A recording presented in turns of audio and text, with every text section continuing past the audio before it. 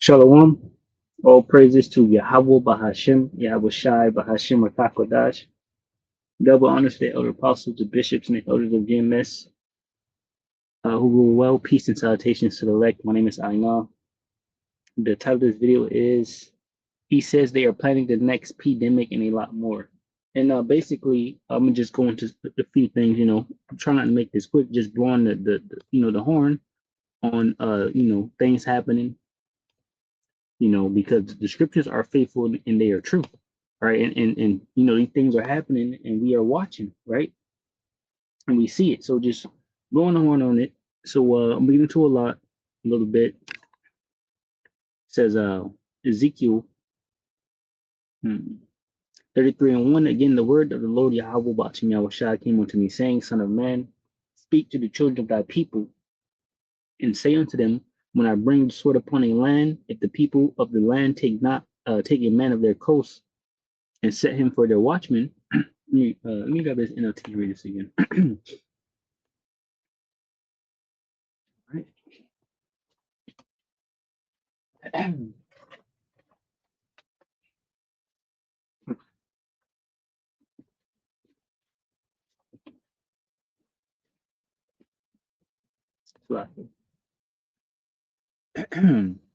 All right, so NLT Ezekiel 33:1. It says, once again, a message came to me from the Lord Yahweh Bashai. It says, Son of man, give your people this message. When I bring an army against a country, the people of that land choose one of their own to be a watchman. When a watchman sees the enemy coming, he sounds the alarm to warn the people. Then if those who hear the alarm refuse to take action, it is their own fault if they die. They heard the alarm but ignored it, so the responsibility is theirs. If they had listened to the warning, they could have saved their lives, right? And we are giving the warning, right? We're giving the message. So like I said, the title, he talks about the P-demic here, but pretty much that's it. And he says some other things, and we'll get precepts as we go along. When he mentions the P-demic, I'll just grab it now, right? Just bring a new out. You can go search these things up too for yourself. He brings the P-demic part out, saying that they're planning it, and I tried to search it up, but obviously he was talking about he had inside circles and whatnot. I didn't find too much, but I found this posted a week ago. Matter of fact, so you can see what it says there. It says one posted 1 week ago, and then it goes into Larry Fink, the CEO of BlackRock, who manages some money. Bill Gates has repeatedly warned about the possibility of a new P-demic. So I clicked it and didn't say anything about a P-demic, but it goes into them trying to set up the MOTB system and all that, and people are not liking it. So this is also faithful and it's true. All right, so let me grab this real quick because it's written, right? And it's all coming to pass. All we can show you that, hey, look, the things we've been saying, right, that will come. Hey, look, it's happening. Now's the time to get in order because it's happening and we're still warning. Second Edges 15:1. Behold, speak thou in the ears of my people the words of prophecy, which I will put in thy mouth, saith the Lord Yahweh Bashim Yahweh Shai, and cause them to be written in paper, for they are faithful and true.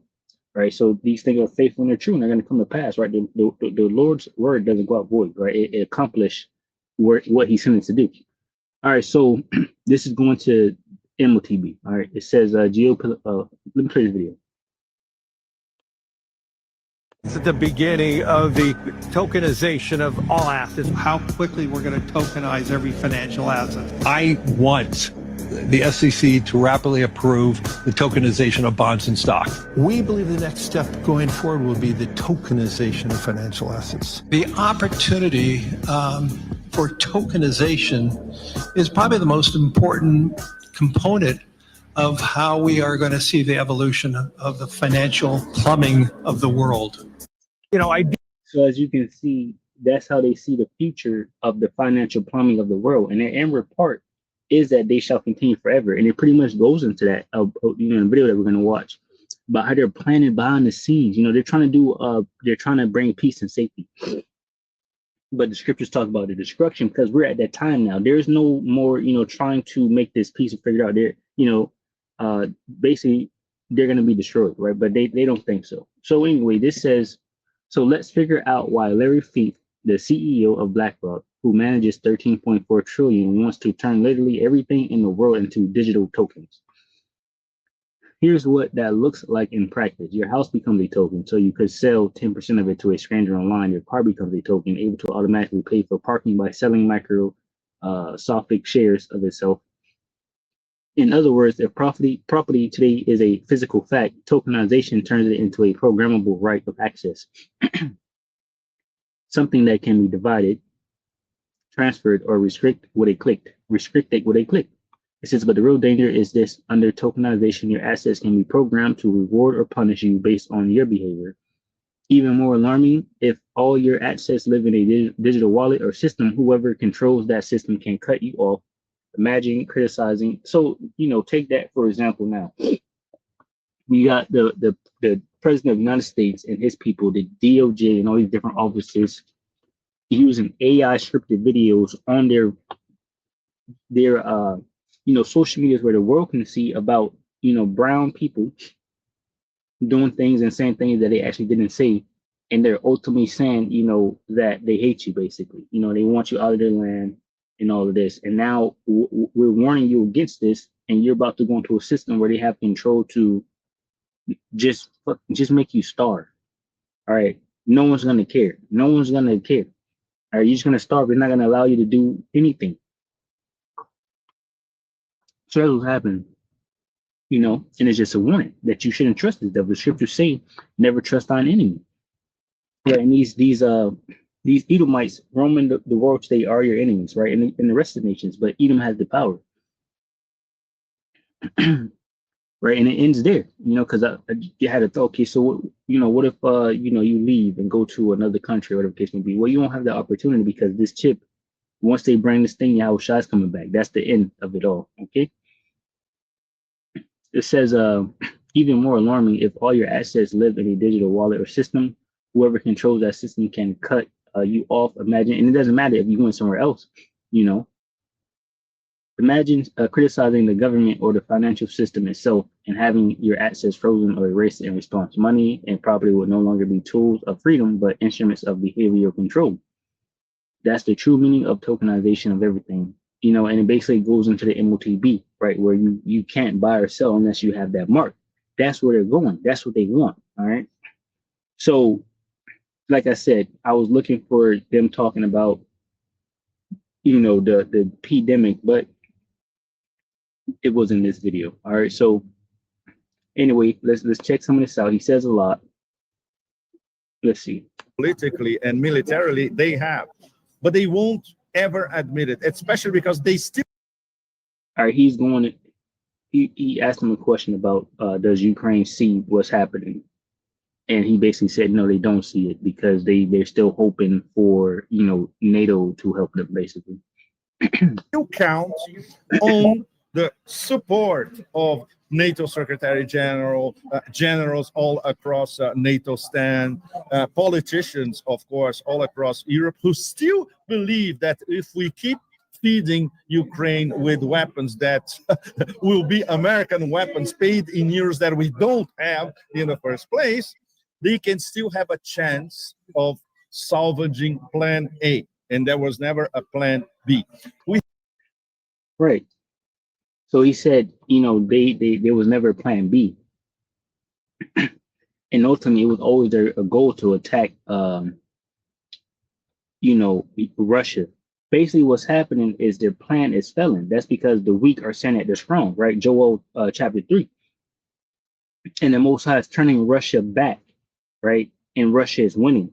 And now, NATO is basically falling apart. So it goes into a lot of prophecy. That's what he's talking about. All right. And he's going to continue to explain.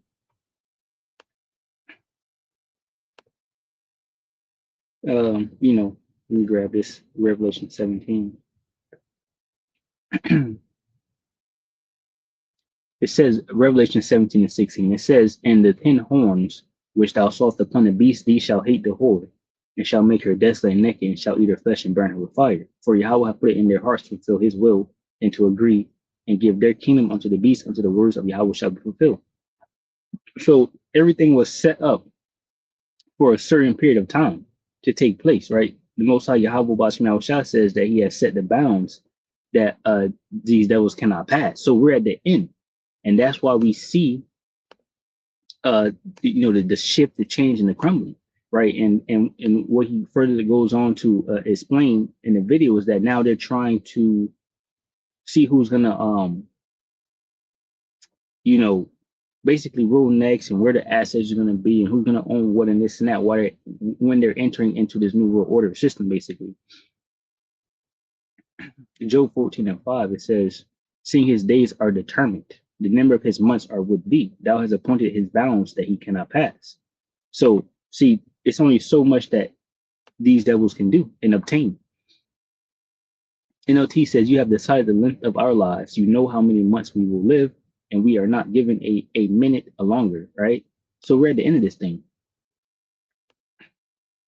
We have been discussing this here in, among my interlocutors, there are former high-level special forces, former high-level intelligence, a former treasury ministry. So people who know the Italian government from the inside out, in fact, who had access to everything, and now they can, have a critical point of view, not only about Italy, but about how NATO works, and who really issues the orders. And at the same time, they have fabulous, I would say, alternative interpretations. So now he's about to go into these alternative interpretations of what's really going on behind the scenes and what's really happening. Of the current karaoke that involved the Kremlin this week. What are those alternate interpretations? I'm sorry? What are those alternate I will give you one of them, Judge, which is absolutely fascinating because I have not seen that anywhere else. Why Jared Kushner was part of the the mini 2 American delegation. It's a matter of salvaging international capital in the hands of the Zionist Axis, trying to find a secure place to invest. China, impossible. Europe, dead. So why not try Russia? So they are trying to place these funds in Russia. Nobody in Europe is analyzing it this way. This is something that we should try to get deeper into it. Obviously, we won't get anything out of Kushner himself, of course, but maybe some indiscretions can come from the international financial system, some of those actors, which, by the way, at the same time, they're already discussing the next pandemic. So that tells us something, that the next pandemic, Judge, and among them, Larry Fink and Bill Gates, they're already talking opening about the possibility of the next pandemic. Okay, so as you can see, that's what he said, and I searched it up, but he mentioned these guys, Jared Kushner, Bill Gates, Larry Fink, these top people, in their plans of how they're gonna continue and how should they invest now regarding in which he goes on to say basically the collapse of Babylon, and the debt and all these different things, and how certain things are off the table, certain things are on the table. So they're just trying to figure it out because they're at the end, and that's because they think they're going to continue. But he also goes on to say that it's kind of hard to continue because of the war, right? So they want peace, but the scriptures say when they shall say peace and safety, there's certain destruction. So they won't be peace, and they're never really gonna come to a conclusion, right, of what to do and how to do.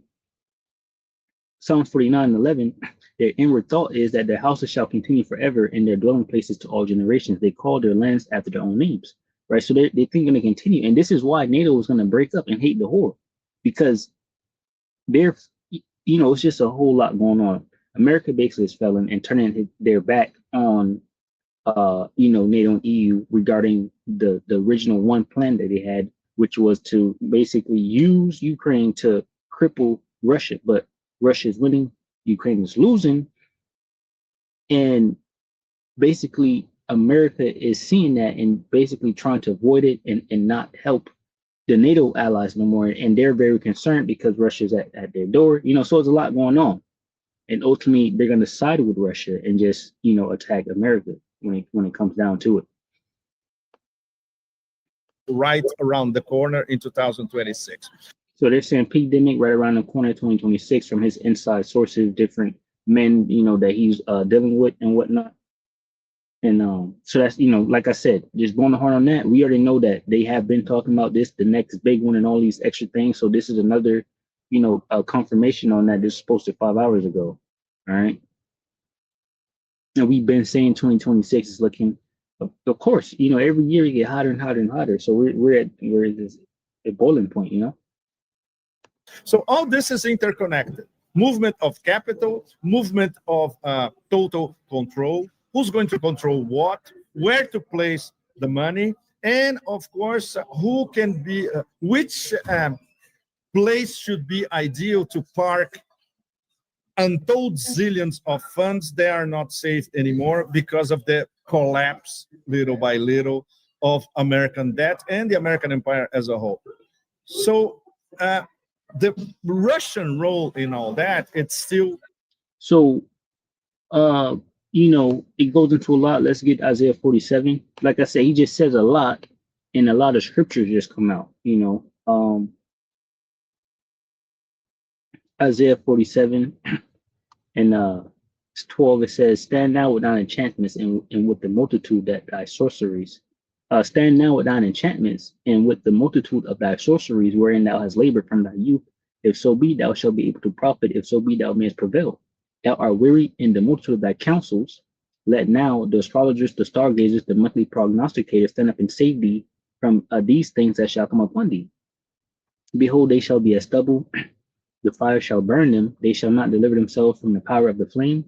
There shall not be a coal to warm at, nor fire to sit before it. Thus shall they be unto thee with whom thou hast labored, even thy merchants from thy youth. They shall wander every one to his quarter, none shall save thee. Right? So these different individuals will go their own way and leave America and try to find alternative routes up out of here. This is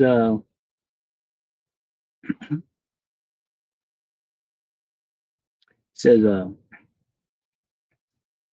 Jeremiah 51:6, flee out the midst of Babylon and deliver every man his soul. Be not cut off in her iniquity, for this is the time of the Lord's vengeance. He will render unto her recompense. And for us, this is a spiritual fleeing, right? We flee into the shadow of the Almighty by returning back to him, by rehearsing righteous acts, returning back to the Lord, repenting, right? But, the carnal man, which is these heathen, they're actually trying to flee. A lot of people are fleeing, America and trying to find alternative routes and where it's safe, because America is no longer safe. As you can see, Most High has confounded the council of America, and they're no longer trusted around the world, with tariffs and different covenant agreements. So there's a lot going on. It says, Babylon have been a golden cup in the Lord's hand that made all the earth drunken. The nations have drunken of her wine, therefore the nations are mad. Yeah, because basically it was BS. All the lies of America, BS. And now they're upset because they're also collapsing because of the collapse of America. And that's why you have things like bricks forming, because America is no longer stable. Right? People are trying to find a way around America, and that's another way they're fleeing out of the midst of America. America is not the spot no more to put your trust in, basically.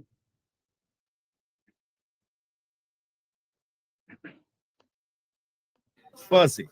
What we know for sure is that the American oligarchy wants to talk to the Russian oligarchy and vice versa, because they want to go back to business together. And that would include even American investment in some parts of the Far East and Siberia, and even the Arctic. This is all on the table, and it was certainly discussed in these 5 hours. But that clashes directly with the Russian development project, which is to develop the Far East, the Arctic, and Siberia for Russian national interests, which have nothing to do with international capital. And that's why you had Trump coming to office talking about red, white, and blue land, right? He's going to annex Canada and all of this because the Arctic snows are melting. They got I've heard gold and all that stuff up there, which really belongs to us, the Israelites, but they're fighting over it. They may never even get it. It's going to be on ice for us, for our kingdom. you know. But that's that's what he's talking about. But Russia wants that stuff, so they're fighting over that too. Capital interests. Hmm. So it's all very fuzzy at the moment. Of course, the feeling among the well-informed analysts here in Italy is that this kabuki, or cinema, any way you want to put it, or circus, will continue with no resolution, while the war on the ground, on the battleground in Novorossiya, continues to progress steadily. In your conversations with me just now, and in the written materials that you've sent me in the past week, you have Yes. probably used the acronym NATO 30 or 40 times. Do you sense in Italy and elsewhere, either because of NATO or the EU, the creeps like Rutte and von der Leyen, whatever, a loss of sovereignty of these Western European nations? But this is a number one theme discussed among progressive Italian thinkers, which all of them, of course, are banned from mainstream media and mainstream cable channels here in Italy. The key theme, in fact, if we could sum it all up in 1 minute, from my point of view, I qualify Italy as the unmistakable, unbeatable, unsurpassed civilization state in the whole of the West. Historically, culturally, artistically, there's no competition. And they add, in these past few decades, Italian sovereignty has completely disappeared to the point of the new generations. The textbooks in school already talk about Italy in terms of Italy being a part of the European Union and NATO, without referring to all those glories of Italian civilization even before the Roman Empire. So it is a neo-colony. People who have been involved in politics in Italy know that Italy became a NATO colony decades ago, and it's going to take at least 1 or 2 generations to recover the condition of a sovereign NATO state. But they also know that this loss of sovereignty applies to all the nation states which are compacted with something that has to be thrown into the trash bin. Basically America, right? The whole NATO European situation, and it goes back into the fact that they shall hate the whore and burn her with fire. These NATO nations, right? This is the collapse of America, right? And they're gonna have to try to figure it out, So, like I said, he says a lot. Obadiah 1 and 7. All right. All the men of thy confederacy have brought thee even to the border. The men that were at peace with thee have deceived thee and prevailed against thee. They that eat thy bread have laid a wound under thee, and there is none understanding in him.